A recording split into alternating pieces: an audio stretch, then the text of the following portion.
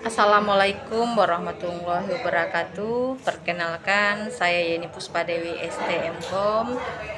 Saya mengajar di SMK Negeri 1 Kota Jambi dari tahun 2014. Sebelumnya saya mengajar di perguruan tinggi. Saya sempat menjadi dosen selama 2 tahun. Pengalaman sebagai seorang guru sudah saya lalui dari saya mengajar di tingkat SMP selama 2 tahun. Berikut saya mengajar di SMP lagi yang berada di pojok. Saya pas mengikuti CPNS, saya lulus, saya mengajar di SMP 12 Kerinci dan saya pindah lagi ke SMK Depati 7 yang ada di Kabupaten Kerinci. Pengalaman saya mengajar dari tingkat SMP, mahasiswa, SMK itu banyak tantangan dan halangan yang saya alami selama saya mengajar. Yang paling berat sekali adalah pada saat saya mengajar di pelosok. Di pelosok saya harus berpisah dengan suami saya selama 5 tahun. Saya mengajar di situ dengan kondisi yang apa adanya, dengan kondisi sekolah yang gurunya tidak banyak, gurunya hanya beberapa orang. Dan gurunya itu rata-rata backgroundnya tidak ada yang linier, bahkan guru bahasa Inggrisnya tidak ada. Kebetulan saya lulus sebagai guru TIK, jadi saya merangkap mengajar semua murid dengan konsep murid saya mengajar bahasa Inggris.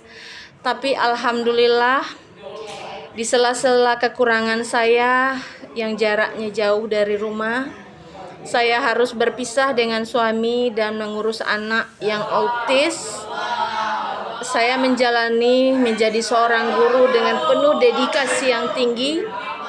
Di sela-sela kesibukan saya sebagai seorang ibu rumah tangga, saya juga mengajarkan anak saya bagaimana mensikapi dengan kondisi yang ada sementara suami saya jauh, tidak ada di tempat.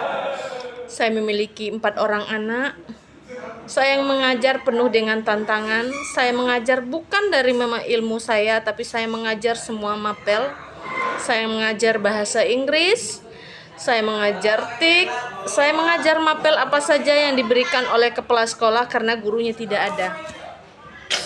Di balik itu, dengan semangat dedikasi saya sebagai seorang guru yang mengajar di Desa Baru Pulau Sangkar yang berada di pulau, saya mengajar selama 5 tahun yang harus hidup berpisah dengan suami dan anak saya. Saya harus mengurus anak saya. Saya mengabdi sampai akhirnya saya pindah karena terkait dengan linearitas, dengan kurikulum yang berubah waktu itu.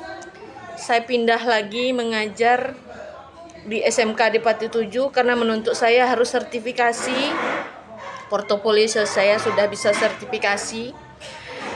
Tetapi selama saya mengajar di SMK tersebut, sekolah yang kosong yang tidak apa-apanya, untuk mengajar sendiri kita harus mencari murid. Saya harus berkendaraan menggunakan motor dengan kondisi jalan yang buruk, jalan yang penuh tantangan. Dalam kondisi saya lagi hamil, saya mengajar ke tempat itu sampai 1 semester. Saya diuji dari SMP, saya pindah, saya dites oleh pengawas untuk bisa saya mengajar di SMK. Setelah saya mengajar di SMK, saya pindah ke Kota Jambi.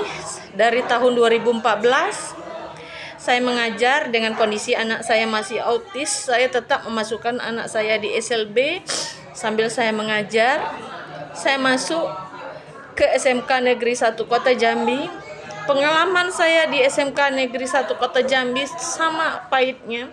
Walaupun kami berada di tengah-tengah kota, murid kita hampir 2000 dan bahkan kondisinya saat itu guru yang jurusan komputer, kebetulan saya jurusan teknik komputer jaringan, yang hanya gurunya beberapa orang, hanya 3 orang yang PNS. Jadi saya mengajar sampai 7 mata pelajaran yang saya ajarkan, dan kebayang 7 mata pelajaran tersebut saya ampuh. Pengalaman saya sebagai guru sangat pahit Di samping itu saya juga harus mendedikasikan saya untuk kegiatan sekolah. Kebetulan saya juga ditunjuk kepala prodi atau kepala program keahlian yang pada saat itu tidak ada. Saya merangkap dengan kondisi labor yang apa adanya. Setelah saya menjalani ketua program, semua dokumen kurikulum, semua dokumen akreditasi sekolah saya yang mengurus di sela-sela kesibukan saya. Bahkan saya harus meminjamkan uang pribadi saya sendiri yang sampai saat dan detik ini belum digantikan oleh pihak sekolah. Saya meminjamkan uang untuk sekolah, untuk membayar biaya internet, untuk bisa mengadakan uji kompetensi mahasiswa. Uji kompetensi siswa yang diadakan sementara jaringan internetnya belum dibayar. Dana BOS pada saat itu belum cair. Dulu pencairannya jaraknya beberapa bulan baru cair karena listrik yang harus kita bayar juga. Walaupun saya bukan kepala sekolah, saya sebagai ketua program keahlian, saya merasa bertanggung jawab bagaimanapun anak kita harus ujian dan itu harus menggunakan jaringan internet. Dan kita harus mengadakan UNBK. UNBK kita harus menyiapkan 4 labor dari murid yang hampir 1 kali tamat itu yang kelas 12 itu hampir 700 orang siswa, dan kita harus menyiapkan 5 labor dengan kondisi siswa yang banyak sekali dan peralatan yang terbatas. Sehingga saya harus meminjam ke orang tua, mengemis ke orang tua untuk meminjamkan komputer untuk bisa mengikuti UNBK tersebut. Saya sendiri yang terjun lapangan bagaimana mendesain labor untuk anak bisa ikut UNBK. Bahkan akhirnya kami dipilih, bahkan ditunjuk oleh tempat sekolah lain untuk sekolah lain yang tidak punya kapasitas untuk bisa bergabung musim numpang. Ada beberapa sekolah yang terkait di sekitar sini yang numpang dari SMP, numpang ke sekolah kita. Dengan server yang saya rakit sendiri dengan para siswa. Pengalaman ini sungguh saya jalani sebagai dedikasi saya sebagai seorang guru hampir 20 tahun. Saya mengabdi. Saya merasakan hati yang sangat senang saya bisa mengajar. Buat saya prinsip mengajar di dalam kurikulum yang sekarang kita jalani. Bagaimana siswa untuk SMK mempunyai target, dia bisa mandiri, dia bisa menghasilkan uang sendiri. Dia bisa mandiri tanpa bergantung kepada orang tuanya. Target saya seperti itu.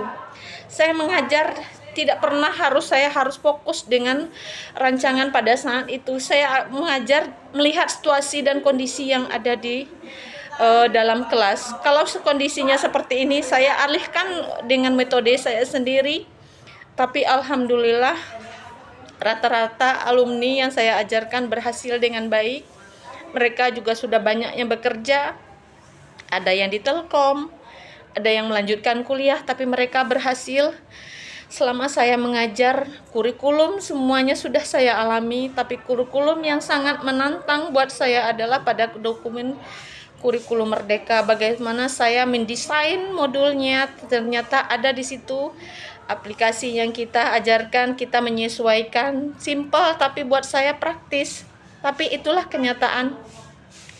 Saya juga menjadi asesor dan menguji hampir 1.000 siswa, baik itu di luar maupun di dalam sekolah. Saya juga mengikuti semua yang diadakan oleh GTK, semua yang diadakan oleh kementerian terkait dengan pelatihan, semuanya saya punya sertifikatnya. Saya tidak mau ketinggalan. Saya ikuti semua pembelajaran daring zaman COVID terjadi. Saya mengikuti semua pelatihan yang diadakan oleh GTK. Pemimpin Merdeka mengajar, pendidikan inklusif. Saya ikutin pendidikan inklusif karena sendiri saya ngerasa saya punya anak yang berkebutuhan khusus. Saya mengikuti remaja sehat, saya mengikuti semua yang diadakan oleh Ditjen GTK untuk memotivasi saya sebagai seorang guru.